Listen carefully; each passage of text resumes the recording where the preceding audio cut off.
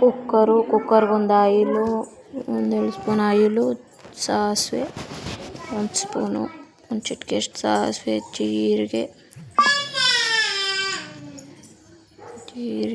ಆಮೇಲೆ ಒಣಮೆಣಸಿನ್ಕಾಯಿ ಒಂದು 4-5 3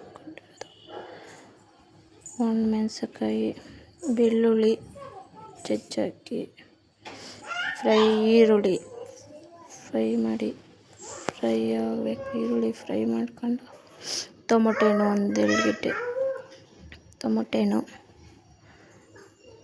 ತಿರ್ಗಾ ಬೇಳೆ ಹಾಕಿ ಮಿಕ್ಸ್ ಮಾಡಿ ಒಂದು ಗ್ಲಾಸಷ್ಟು ನೀರು ಹಾಕೊಳ್ಳಿ.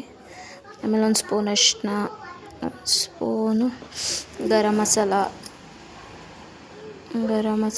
ಆಮೇಲೆ ಸಾಂಬಾರು ಪುಡಿ ಒಂದೂವರೆ ಸ್ಪೂನು 2 ಸ್ಪೂನ್ ಸಾಂಬಾರು ಪುಡಿ,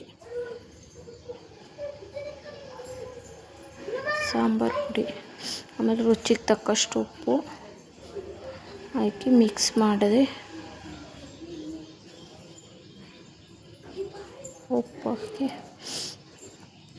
ರುಚಿಗೆ ತಕ್ಕಷ್ಟು ಉಪ್ಪು ಹಾಕಿ ಮಿಕ್ಸ್ ಮಾಡಿ ಚೆನ್ನಾಗಿ ಫ್ರೈ ಮಾಡಿ